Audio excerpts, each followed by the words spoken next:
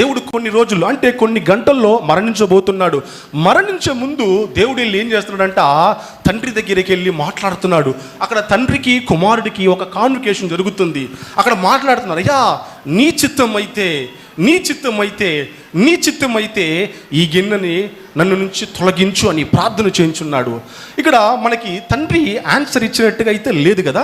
తండ్రి ఏదైనా ఆన్సర్ ఇచ్చున్నాడా బైబిల్లో? అంతే, ఈ సంభాషణ అయిపోయింది, వచ్చింది. అయితే తండ్రి అక్కడ ఆన్సర్ ఇచ్చినట్టుగా అక్కడ పరిశోధన గ్రంథంలో రాయలేదు.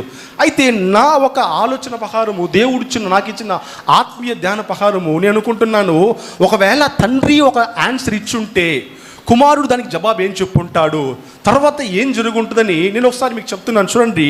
ఒకవేళ ఇలా జరుగుండొచ్చేమో, తండ్రి దగ్గరికి వెళ్ళి కుమారుడు, అయ్యా నీ చిత్తమైతే ఈ గిన్నెని తొలగించయ్యన్నప్పుడు తండ్రి ఏం చెప్పుంటాడు తెలుసా? నో అయ్యా, నువ్వు ఈ సిలువ మరణించకపోతే, ఇదిగో అక్కడ సాముయేల్ బ్రదర్ ఉన్నాడు కదా, ఇదిగో చెప్తున్నాడు, వాక్యం చెప్తున్నాడు, డేవిడ్ ఉన్నాడు కదా, వాడు నరకానికి వచ్చేస్తారయ్యా, కనుక నువ్వు మరణించాల్సిందయ్యా అని చెప్పుంటాడు.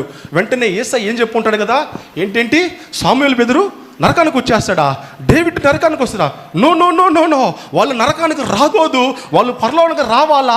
వాళ్ళు పరలోకానికి రావటానికి ఒక్కసారి కాదు 100 సార్లైనా సిలువలో మరణించడానికి నేను చిత్తము అని చెప్పి తండ్రి చిత్తాన్ని నెరవేర్చాడు. గట్టిగా హల్లెలూయా చెప్దామా? ఒక్కసారి కాదు, వాళ్ళు పరలోకం రావటానికి 100 సార్లైనా సరే నేను మరణించడానికి చిత్తము.